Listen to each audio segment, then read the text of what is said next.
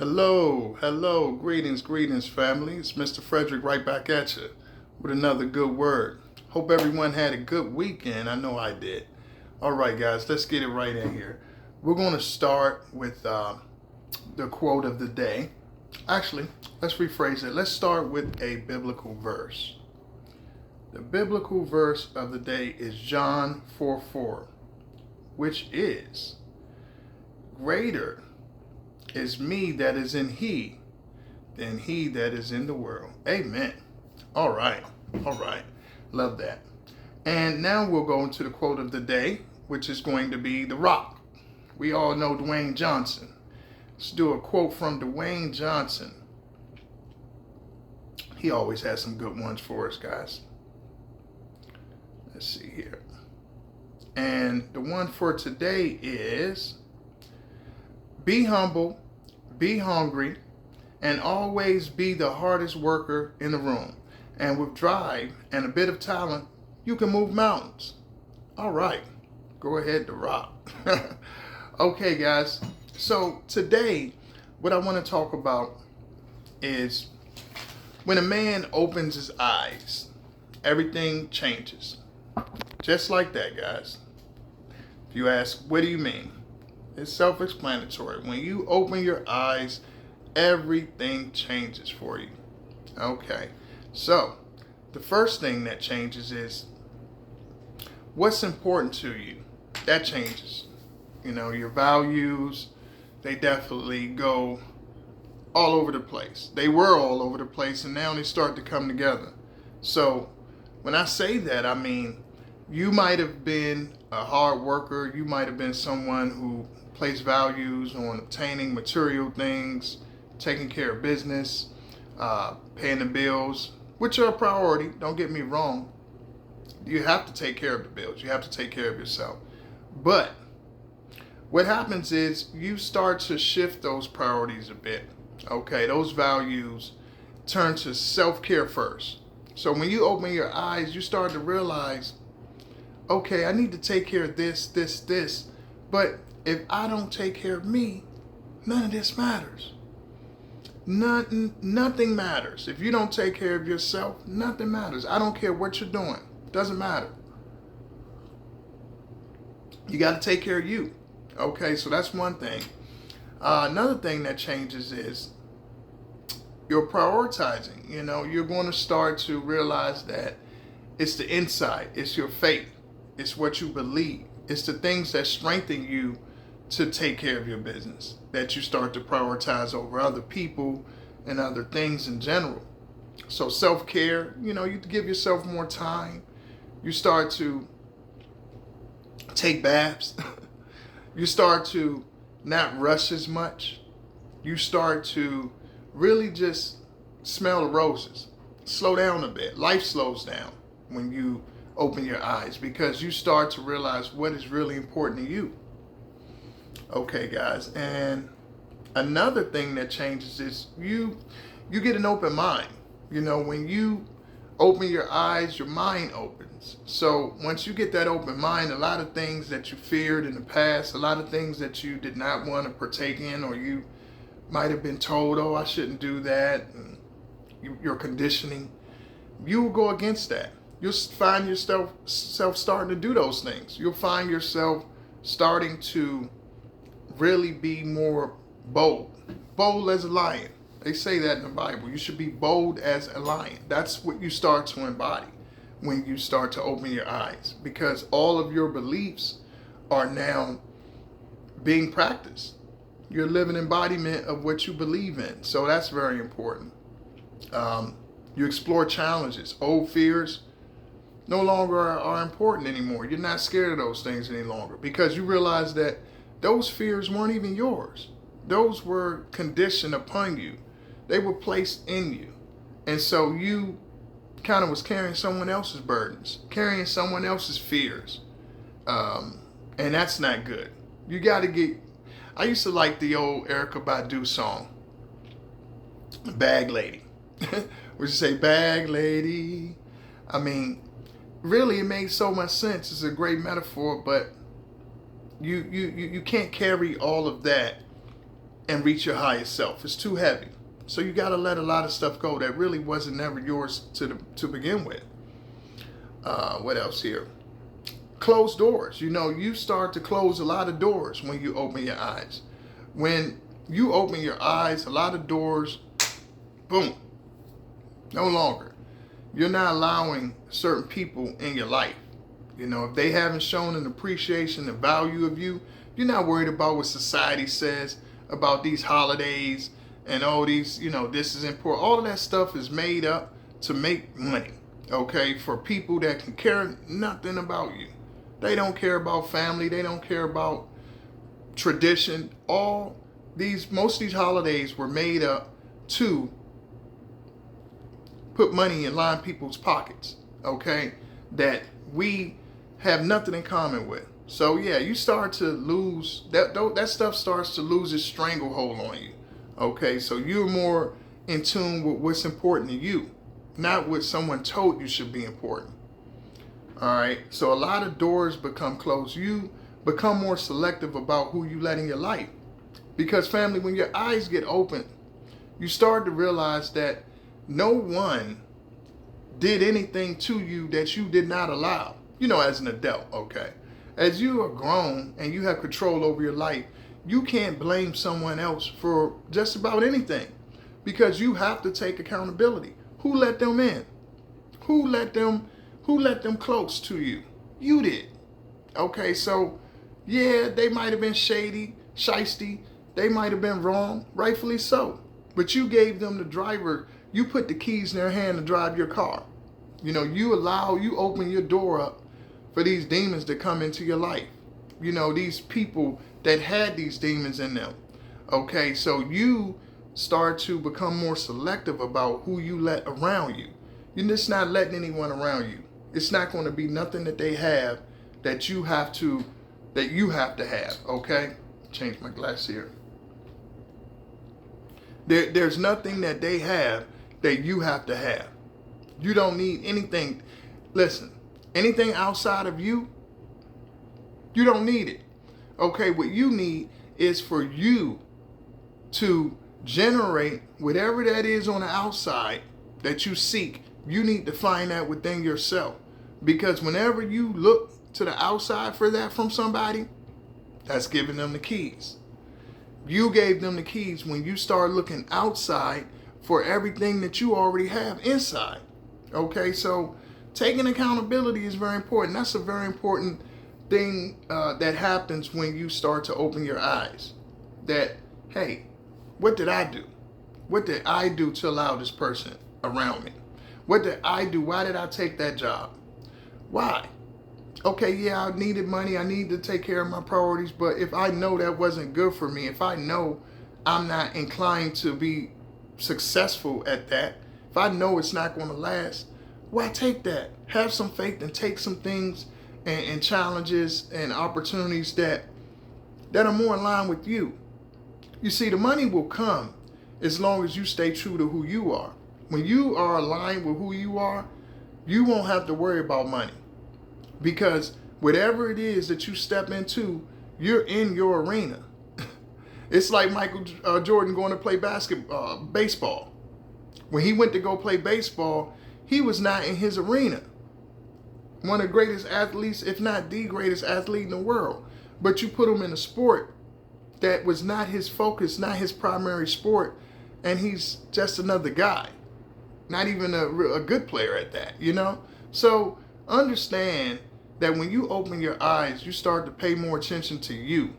And you seek, and things that align with you come together. What you seek and what's aligned is start to come together like this. Okay? So that's one. You close a lot of doors. You become more selective. You don't take opportunities that don't fit you. You don't put people around you that don't respect you, that don't value you, that have shown this. You have to keep them away. You lose a lot of those old views of why someone should be around you. Because although you might feel and have sentimental value towards those people and love them and everything, if they have shown to be disrespectful, not appreciate you, just not care about you, keep them people away from you. Let them deal with that. Let them, whatever it has to be, it has to be. But you can't be around me. You don't appreciate me. You don't value me. I'm going to keep you away from me. Simple as that. And well, the universe will keep you away because neither one of us going to call each other. You know, if you change, who knows? But I only know what I see, and I don't pretend or I don't chase anything. And that's just the way it is. So that's one thing that happens. And another thing is you start to live more in the moment. You start to live more in the moment in your life. So you enjoy, you embrace the moment. You embrace the journey. It's not so much of, oh, when I get this done, I'm going to feel this way. When I accomplish this, I'm going to feel that way. When I get this, I'm giving myself permission to love myself. You love yourself right now. You appreciate right now. You don't know if that tomorrow is going to ever come. You don't know if that goal is going to give you satisfaction to where you now can relax. No, you relax now. You are in a position and in a state of joy now. Appreciate, have gratitude for what you are, who you are today. Not once you get this thing, you're going to love yourself. Love yourself now. That thing will come when it comes. Enjoy every day, every minute, every hour. Okay, and anyone who does not reciprocate that or does not align with that same belief, you need to keep them people away from you. And it's like, oh, I'm studying to be a doctor.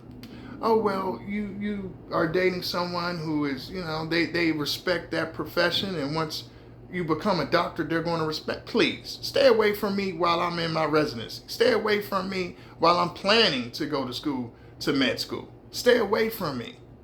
And when you follow that, you will see that now that thing in which you seek is still great. It's still important. But guess what? The road is going to be a lot easier and a lot more joyful with individuals along with you or just you by yourself trying to obtain it. That's very important. So yeah, enjoying the moment, living in the moment, great. And then also, you want to have positive self-talk. How you talk to yourself, family, is very important. You cannot talk to yourself in a negative way. Be around people that talk to you in negative ways and still feel good about yourself. It's impossible. When you start to open your eyes, you start to realize when you interact with people, when you communicate with people, how you feel after you talk to them. Just take stock of, how do I feel after I talk to this person, after I had this conversation with this person? And a lot of times what you'll realize is that before you spoke to that person, you felt great. Now that you spoke to that person, out of nowhere, you don't feel so good. Why? You don't feel good because that person's energy, the words, they affect you, okay? And the more aware you are, the more sensitive you are to those things, which a lot of highly intelligent people are very aware. They are very sensitive. That's part of your receptors. That's part of your intelligence, picking up. When you're picking up things and someone comes in your presence and they're bringing all their shadow stuff, you want them, keep them people away from you. You need to be around people with positive talk just like you, because that affects your self-talk. So you have to start with having positive self-talk, and then you can identify individuals that don't mirror that, okay? And I don't mean in a phony way. Like some people mirror, but they're just trying to get in, and then they show you, hey, this is real me. No, not those kind of crazy people, okay? I'm talking real genuine people who are authentically who they are, okay? And they have real sincere concern and love for you. So that's very important. Positive self-talk, monitor that. Whenever a negative thought comes in your head, think of something positive, because you know it's not coming from God. The Lord wouldn't put nothing in your mind negative, okay? Okay, last but not least, I'm going to say prioritizing peace and joy. Prioritizing peace. Sometimes you could have nothing going on, and that's just fine. It's nothing going on. It's quiet. It's just nothing going on. It's no drama. It's no emergency. It's no big deal that has to be taken care of. Just peace. You start to prioritize and appreciate peace and joy. Just being happy, being in a state of appreciation and gratitude with what you have, okay, where you are at the moment, and just breathing it in, okay? So you prioritize that. That's up here now. It's not trying to go out and party and then seek it briefly. I'm not saying there's anything wrong with enjoying yourself at events or whatever you like to do, but it's not a necessity for you to be happy. Your peace starts to be up here. Okay, that starts to be the priority. Your peace. Very important. And joy. And doing different things and being able to laugh.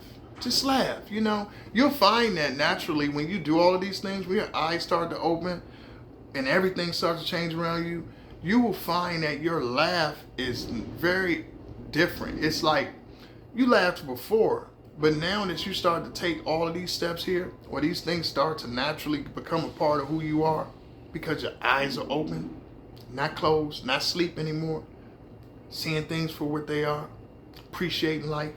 Your laugh is robust. It's like, and it's real, it's authentic. It's a real strong laugh. And it feels great. And it's because it's coming from your heart. Okay, it's coming from really having true happiness and not having it depending on someone who is playing games or probably out of their mind or whatever they got going on. Really doesn't matter. It's not coming from another individual. You're not depending on that source, okay, which is independent. You can't depend on it, so you become the beacon of your joy, and you really concentrate on that. You really concentrate on what is generating all of your peace and joy, which is you and the man up above. All right, guys, so that's the things that happen when you start to open your eyes. These are things that happen to you. You start to open your eyes, things change. And you should change as you develop and as you grow and get older in this world. It's a privilege. Okay, it's not a guarantee. It's a privilege to get older. All right, guys. So now that we have that, I'm gonna switch gears. And today we are going to go into the artist of the day that I want to give a dedication to. I always do that. And today it's going to be Herbie Hancock. I do a lot of jazz, guys, because I love jazz. It's just my genre, and it's the most consistent genre that I listen to, I can tell you that. Herbie Hancock, 85 years old, born April 12th, 1940. Sheesh. He looks great, by the way, guys. I never thought Herbie Hancock was that old, but wow. Gotta give him a hand. Herbie Hancock. All right. One of my favorites. I first remember Herbie Hancock, I would say back in the early 80s for me. I was a little kid back then, but he had a song called I want to say it was Rocket. Dun, dun, dun, dun, dun, dun, dun, dun, dun, dun, dun, dun. Anyway, you guys probably know that song, but Rocket. But he made a lot of music before that. He goes way back, obviously born 1940, so he's been around a long time. Some of his hits, Watermelon Man. Let's see. What else does he have? That was a huge hit. Watermelon Man. Let's see here. Other Herbie Hancock songs he's had.